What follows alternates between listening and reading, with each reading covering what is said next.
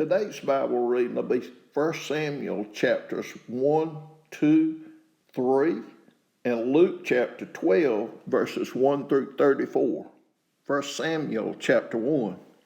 There was a certain man from Ramathaim, a Zephite from the hill country of Ephraim, whose name was Elkanah, son of Jeroham, the son of Elihu, the son of Tohu, the son of Zuph, an Ephraimite. He had two wives. One was called Hannah, and the other Peninnah. Peninnah had children, but Hannah had none. Year after year, this man went up from his town to worship and sacrifice to the Lord Almighty at Shiloh, where Hophni and Phinehas, the two sons of Eli, were priests of the Lord. Whenever the day came for Elkanah to sacrifice, he would give portions of the meat to his wife Peninnah and to all her sons and daughters, but to Hannah he gave a double portion, because he loved her, and the Lord had closed her womb. Because the Lord had closed Hannah's womb, her rival kept provoking her in order to irritate her. This went on year after year. Whenever Hannah went up to the house of the Lord, her rival provoked her till she wept and would not eat. Her husband Elkanah would say to her, "Hannah, why are you weeping? Why don't you eat? Why are you so downhearted? Don't I mean more to you than 10 sons?" Once, when they had finished eating and drinking in Shiloh, Hannah stood up. Now Eli the priest was sitting on his chair by the doorpost of the Lord's house. In her deep anguish, Hannah prayed to the Lord, weeping bitterly, and she made a vow, saying, "Lord Almighty, if you will only look on your servant's misery and remember me, and not forget your servant, but give her a son, then I will give him to the Lord for all the days of his life, and no razor will ever be used on his head." As she kept on praying to the Lord, Eli observed her mouth. Hannah was praying in her heart, and her lips were moving, but her voice was not heard. Eli thought she was drunk and said to her, "How long are you going to stay drunk? Put away your wine." "Not so, my lord," Hannah replied. "I am a woman who is deeply troubled. I have not been drinking wine or beer. I was pouring out my soul to the Lord. Do not take your servant for a wicked woman. I have been praying here out of my great anguish and grief." Eli answered, "Go in peace, and may the God of Israel grant you what you have asked of him." She said, "May your servant find favor in your eyes."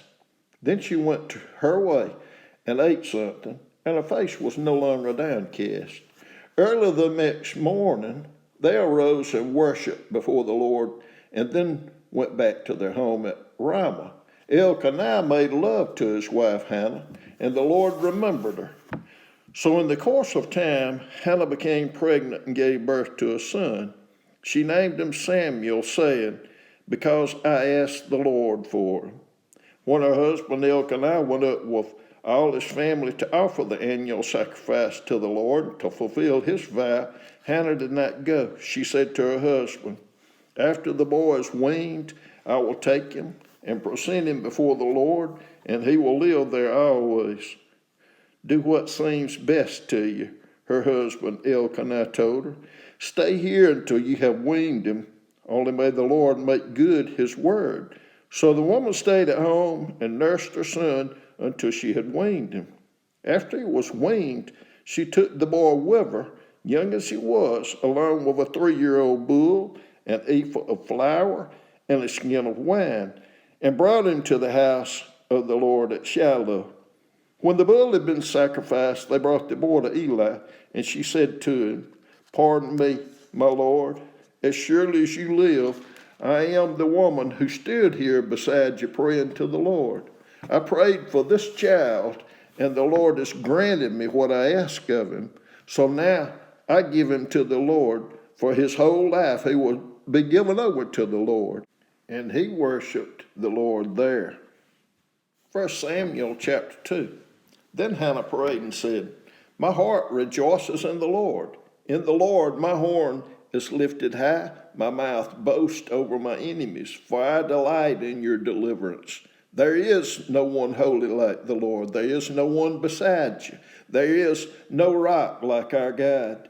Do not keep talking so proudly, or let your mouth speak such arrogance, for the Lord is a God who knows, and by him deeds are weighed.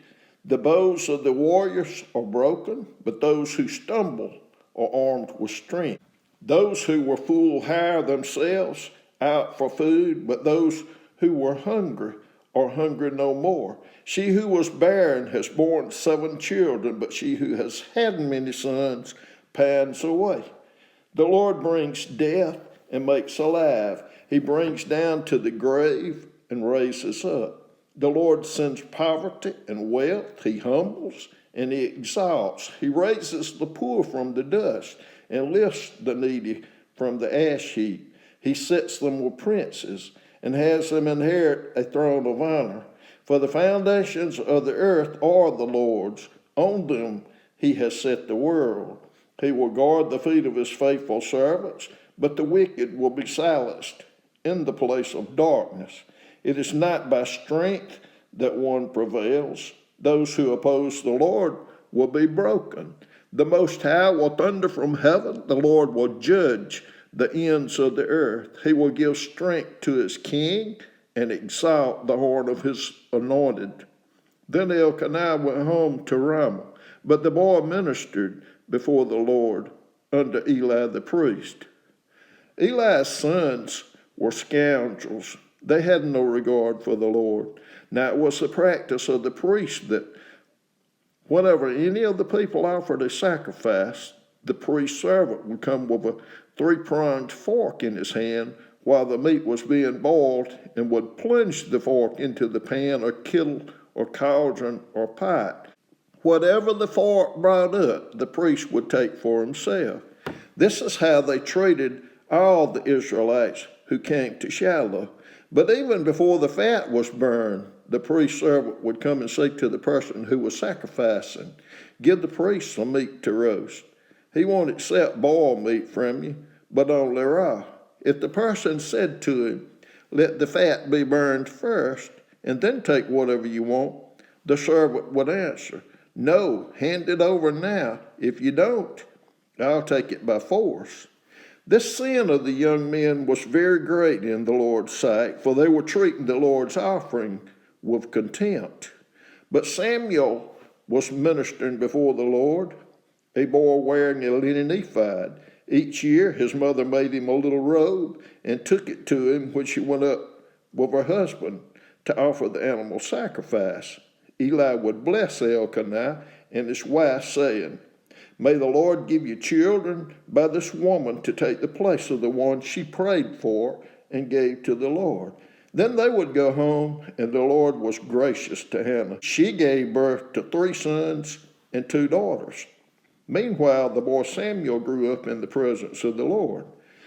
Now Eli, who was very old, heard about everything his sons were doing to all Israel, and how they slept with the women who served at the entrance to the tent of meeting. So he said to them, "Why do you do such things? I hear from all the people about these wicked deeds of yours. No, my sons, the reports I hear spreading among the Lord's people is not good. If one person sins against another, God may mediate for the offender. But if anyone sins against the Lord, who will intercede for them?" His sons, however, did not listen to their father's rebuke, for it was the Lord's will to put them to death. And the boy Samuel continued to grow in stature and in favor with the Lord and with people. Now a man of God came to Eli and said to him, "This is what the Lord says. Did I not clearly reveal myself to your ancestors' family when they were in Egypt under Pharaoh? I chose your ancestor out of all the tribes of Israel to be my priest, to go up to my altar, to burn incense, and to wear an ephod in my presence. I also gave your ancestors' family all the food offerings presented by the Israelites. Why do you scorn my sacrifice and offering that I prescribed for my dwelling? Why do ye honor your sons more than me by fattening yourselves on the choice parts of every offering made by my people Israel? Therefore the Lord, the God of Israel, declares, I promised that members of your family would minister before me forever. But now the Lord declares, far be it from me. Those who honor me, I will honor, but those who despise me will be disdained.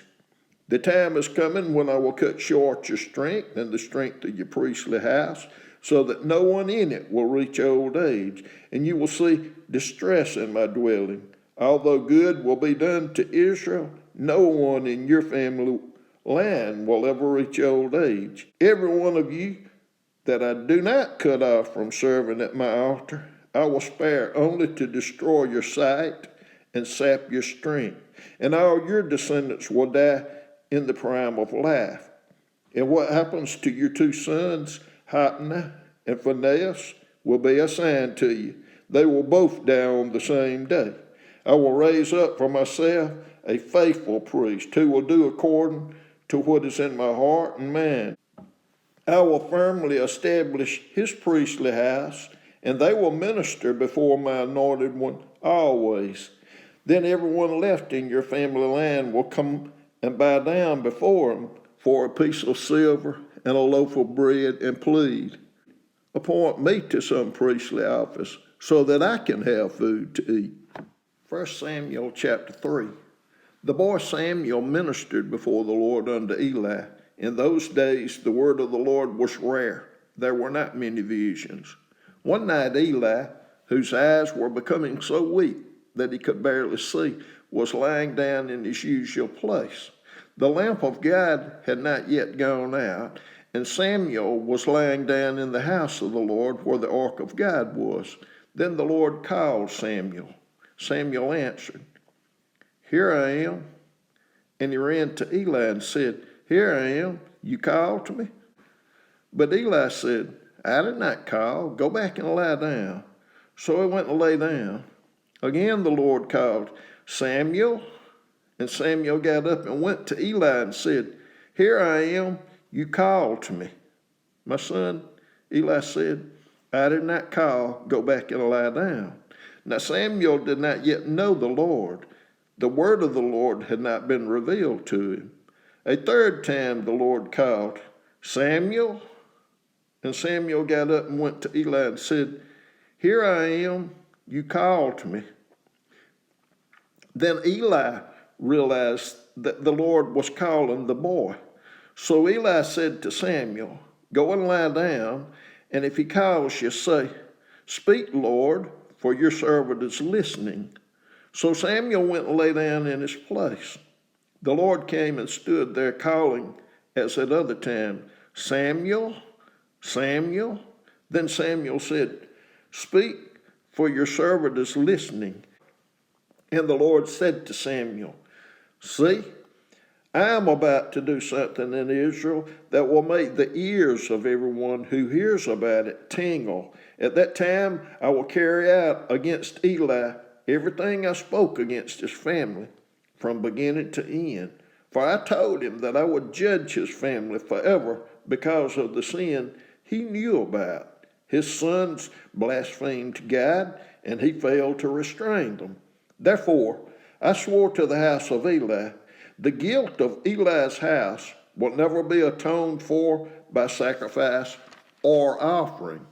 Samuel lay down until morning and then opened the doors of the house of the Lord. He was afraid to tell Eli the vision, but Eli called him and said, Samuel, my son? Samuel answered, Here I am. What was it he said to you? Eli asked. Do not hide it from me. May God deal with you, be it ever so severely, if you hide from me anything he told you. So Samuel told him everything, hiding nothing from him. Then Eli said, He is the Lord. Let him do what is good in his eyes. The Lord was with Samuel as he grew up, and he let none of Samuel's word fall to the ground. And all Israel, from Dan to Beersheba, recognized that Samuel was attested as a prophet of the Lord. The Lord continued to appear at Shiloh, and there he revealed himself to Samuel through his word. And Samuel's word came to all Israel. Luke chapter 12, verses 1 through 34.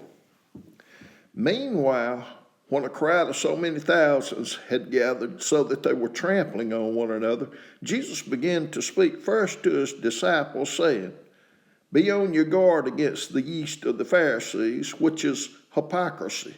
There is nothing concealed that will not be disclosed, or hidden that will not be made known. What you have said in the dark will be heard in the daylight, and what you have whispered in the ear of the inner rooms will be proclaimed from the rooftops. I tell you, my friends, do not be afraid of those who kill the body, and after that can do no more. But I will show you whom you should fear. Fear him who, after your body has been killed, has authority to throw you into hell. Yes, I tell you, fear him. Are not 5 sparrows sold for 2 pennies? Yet not one of them is forgotten by God. Indeed, the very hairs of your head are all numbered. Don't be afraid. You're worth more than many sparrows. I tell you, whoever publicly acknowledges me before others, the Son of Man will also acknowledge before the angels of God. But whoever disowns me before others will be disowned before the angels of God. And everyone who speaks a word against the Son of Man will be forgiven. But anyone who blasphemes against the Holy Spirit will not be forgiven. When you are brought before synagogues, rulers, and authorities, do not worry about how you will defend yourselves or what you will say, for the Holy Spirit will teach you at that time what you should say. Someone in the crowd said to him, "Teacher, tell my brother to divide the inheritance with me." Jesus replied, "Man, who appointed me a judge or an arbiter between you?" Then he said to them, "Watch out.